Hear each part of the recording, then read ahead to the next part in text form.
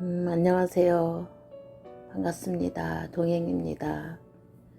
오늘의 주제는 감사의 이유를 찾아내자 라는 것으로 함께 이야기를 나눠보도록 하겠습니다. 어제 주일인데 교회 잘들 다녀오시고 은혜 많이 받으시고 힘 많이 받으셨는지요? 저는 어제 하루 종일 예배 드리면서 드는 생각이 하나님의 정말 은혜로 예수 그리스도 영접해서 하나님의 자녀가 된 것도, 자녀 삼아 주신 것도 감사한데, 이렇게 주일날 또 이렇게 하나님께 영광 돌리고 하나님 말씀이 선포되는 강단에, 그쵸?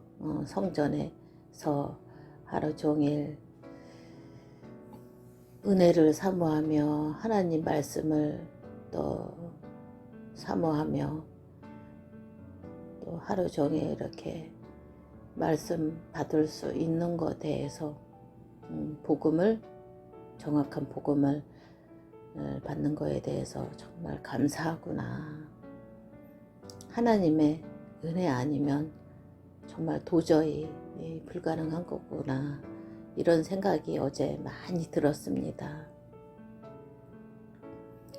그 전에 저는 이렇게 감사가 희미해질 때 불평거리를 막 이렇게 찾거든요. 감사거리는 놓치고 잊어버리고, 안 되어진 거, 내가 원하는 거, 또 기도하는 거 성취 안 되고 응답도 안 되고 안 되어진 거를 막 찾더라고요, 어느 순간에. 그런데 그럴 때는 정말 이렇게 입가에 미소도 지어지지 않고 그 마음의 평안함은 물론 없지요. 전화가 이렇게 와도 내용도 듣기 이전에 겁부터 나고 무슨 일일까, 이렇게 되어지더라고요. 근데 감사거리를 제가 한번 재작년인가 한번 이렇게 노트에 적어봤거든요. 그런데 한 20가지 이상이 되더라고요. 그래서 우리가 정말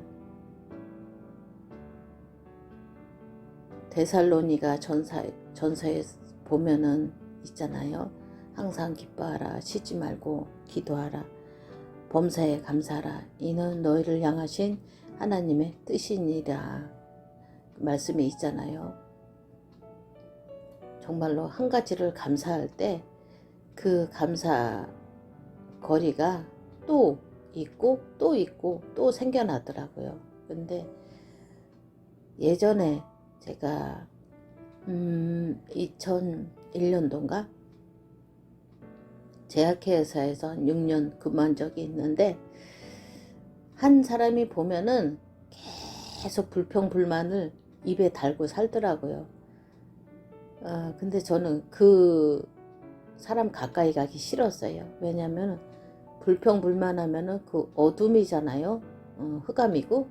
그래서 그 동료 가까이 가기 싫었거든요. 그래서 잘 안 갔어요. 근데 이렇게 어떤 분은 보면은 굉장히 작은 거에, 아주 사소한 거에도 정말 감사하잖아요. 그런 분 옆에는 정말 그 감사라는 그 표현이 우리 마음과 생각에서 오잖아요. 작은 친절 하나에도 감사할 때 그분은 정말로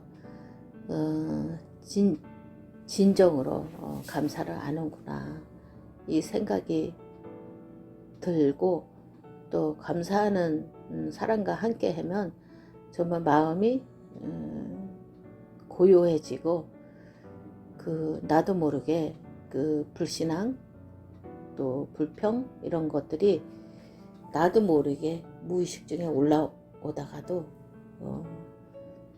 없어지더라고요. 그래서 정말 우리가 정말로 내가 감사를 놓쳤다, 감사를 잊어버렸다, 내 자신에 대해서 또 하나님께 그리고 가족에 대해서도 감사가 잘 안 된다. 그러면은 내가 미쳤구나, 이렇게 진단을 하시면 딱 맞을 겁니다. 누구 때문에 힘들고 누구 때문에 불편하고 교회의 성도, 그죠? 누구 때문에 신앙생활이 힘들고 그것은 하나님 앞에서도 아니고 또 내 신앙 쪽으로도 플러스 되진 않거든요. 그래서 또 어차피 우리는 신앙생활, 우리도 교회 소속한 교회가 있고 또 같은 또 가족이잖아요. 교회로 말하면. 그런데 어차피 하나님이 부르셨기 때문에 창세 전에 태초에, 그죠? 복중에 엄마 뱃속에서부터 부르셨기 때문에, 그리고 또 소속한 교회가 정말 중요하잖아요. 어떤 사람이 그래서 왜 교회에서도 말이 좀 잘 통하는 분이 있는가 하면 또 대화가 전혀 안 되는 사람도 있어요. 그죠? 영적인 대화가 전혀 안 되고 육신적인 유괴권에만 관심을 가지고 계시고 또 돈, 물질, 성공 이런 것에만 관심을 가지는 분이 있더라고요. 이번 주에도 갔는데. 그래서 육의 것을 관심이 가진 사람에게는 그 또 있잖아요. 윤리, 율법, 도덕, 종교, 이래야 돼, 저래야 돼, 또 그런 사람이 있거든요. 그럴 때는 그냥 어차피 같이 가야 되잖아요. 그 사람도 살리고 나도 또 예배를 통해서, 강단을 통해서 살아야 하잖아요. 그렇기 때문에 그냥 맞춰주면 돼요. 그 사람을. 이거 왜 이랬어? 이러면 미안해, 이렇게 그렇게 하면은 그 사람도 살리고, 또 교회 성도들끼리 말다툼하고 싸우는 거 하나님 보시기에 얼마나 또, 그쵸? 다투고 싸우고 이거는 벌써 흑암이잖아요. 그리고 또 목회자 입장에서도 성도들끼리 또 서로 말 안 하고 서로 이간질하고, 얼마나 목회자 입장에서도 그래서 그런 사람들은, 유기에 붙잡힌 사람들, 또 왜 이래 이런 사람들 있잖아요.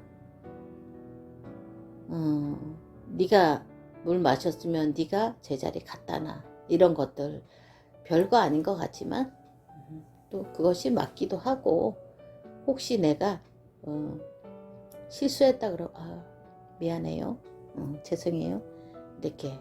그래서 나도 살고 그 사람도 살리고 상대방도 살리는 쪽으로 갈 때 내가 어두워지지 않고 상대방도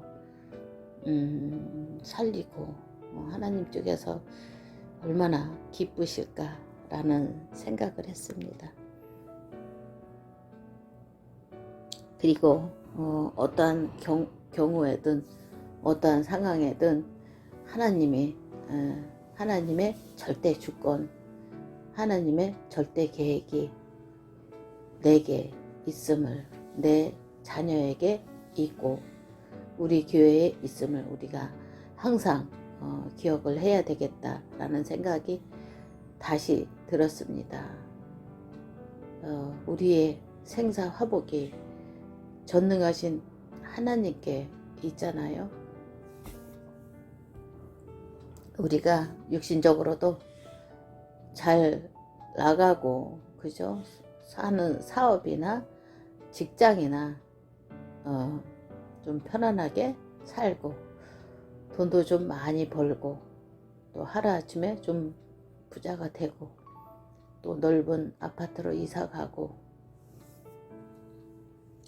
그러면 좋겠지만 그것도 생사화복이 하나님께 있다고 그러셨잖아요. 우리의 생사화복. 그러니까 하나님의 절대 주권을 그게 믿는 거더라고요. 그래서 정말로 내가 처한 지금의 상황 또 아무것도 없고 또 가진 것도 없고 어떻게 뭘 해볼 수도 없고 그런 상황이 오더라고요.